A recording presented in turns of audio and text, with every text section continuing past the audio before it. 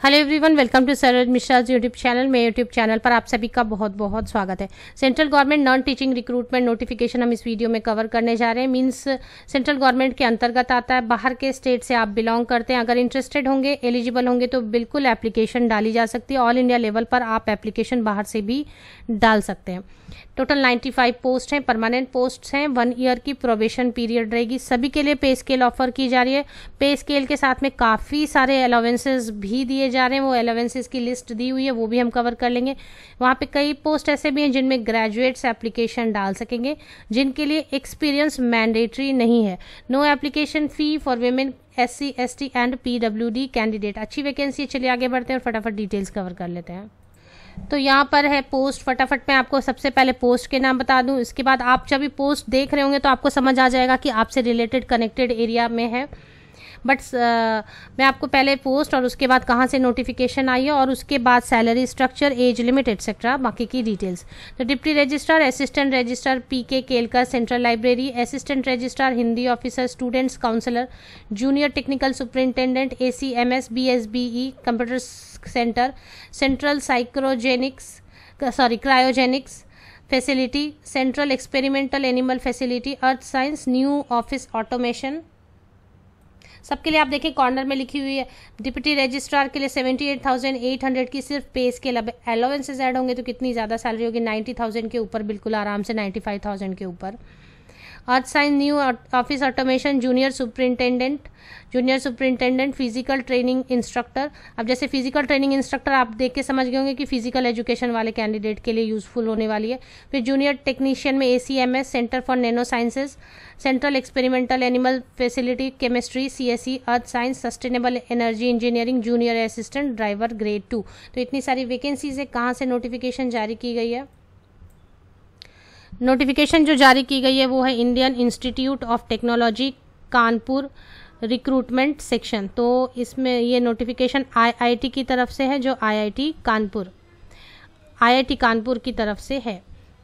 तो IIT कानपुर उत्तर प्रदेश में। अब IIT के पहले में हम पहले समझ लें कि IIT ये ऑटोनॉमस, जितने भी IITs हैं वो सभी ऑटोनॉमस पब्लिक टेक्निकल यूनिवर्सिटीज़ हैं, जो कि जुरिस्डिक्शन में आते हैं ministry of education government of India. तो ministry of education government of India के अंतर्गत ऑटोनॉमस पब्लिक टेक्निकल यूनिवर्सिटीज़ या कॉलेजेस आप बुला सकते हैं। तो इसलिए ये प्योरली गवर्नमेंट हो गई, गवर्नमेंट ऑफ इंडिया के अंतर्गत आती है। इसके लिए गवर्नमेंट जॉब, वो भी सेंट्रल गवर्नमेंट की जॉब, बाहर से भी एप्लीकेशन डाल सकते हैं, बट IIT कानपुर उत्तर प्रदेश में है। तो जॉब लोकेशन की अगर बात की जाए तो उत्तर प्रदेश आके आपको काम करना होगा।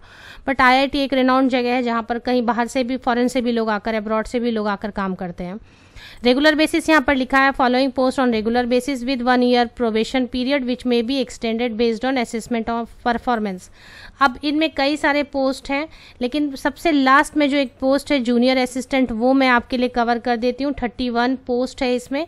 इसके पहले एक बार हम इसकी जो पे स्केल है वो है 21,700 की बेसिक पे है। इस पे अब क्या क्या मिलने वाली अलाउंसेज यहाँ लिस्ट दी हुई है। एज लिमिट पहले देखेंगे, फिर इसकी essential qualification. Any graduate eligible to apply for junior assistant post. बाकी पोस्ट को आप खुद चेक कर लें, बाकी पोस्ट के लिए एक्सपीरियंस मैंडेटरी है। Other than total salary which includes pay in the pay level, transport allowance दी जाएगी। डियरनेस अलाउंस मीन्स महंगाई भत्ता, और डियरनेस अलाउंस साल में 2 बार इंक्रीमेंट होती है। HRA, house rent allowance, NPS, employer's contribution, pension scheme है ये NPS, medical, LTC, children's education allowances are also admissible as per government of India rules. तो बेसिक पे के ऊपर इतने सारे अलाउंसेज आपको दिए जा रहे हैं। जैसे 5 ईयर कंप्लीट हो जाती है जॉब की तो आपको एक और चीज़ मिलने लग जाती है, वो होती है ग्रेच्युटी। तो फिर वो भी ऐड होती जाती है। अब एज लिमिट यहाँ पर दी हुई है।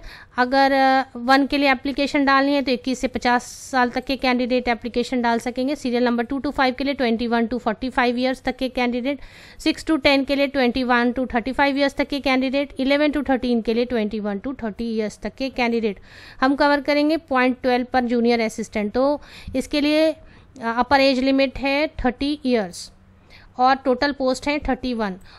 जूनियर असिस्टेंट के लिए, और कुल मिला के टोटल मिला के सभी पोस्ट मिला के 95 पोस्ट हैं। रिजर्वेशन एज में रिलैक्सेशन दी जाएगी as per government of India norms, जो SC ST बाकी कैटेगरीज को दी जाती है। तो हम डायरेक्टली चलते हैं जूनियर असिस्टेंट पोस्ट के लिए।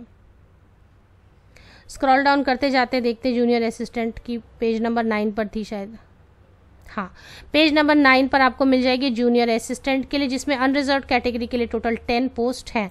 एसेंशियल में अगर आप चेक करते हैं तो एसेंशियल में सिर्फ bachelor degree with knowledge of computer application, कोई एक्स्ट्रा सर्टिफिकेट नहीं मांगी जा रही है, कोई भी टाइपिंग स्पीड नहीं मांगी जा रही है।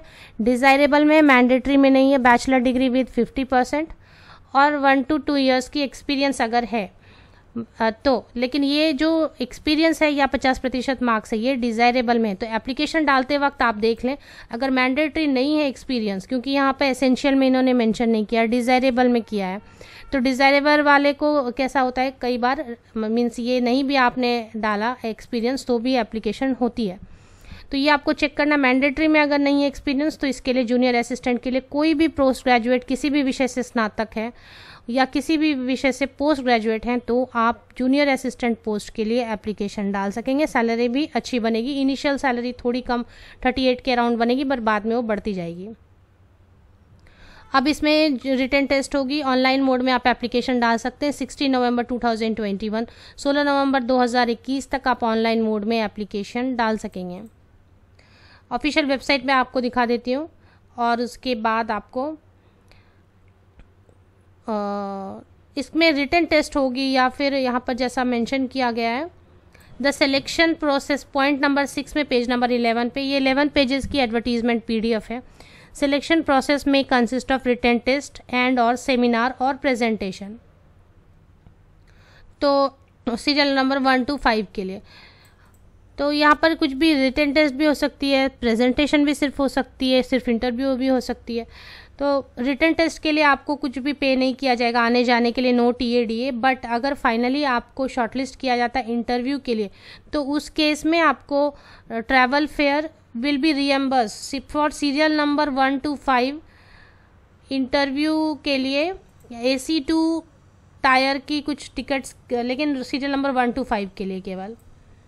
Serial number 1 to 5 will be reimburse the travel fare up to AC2 tier और actual fare incurred whichever is less by shortest route on submission of tickets in original।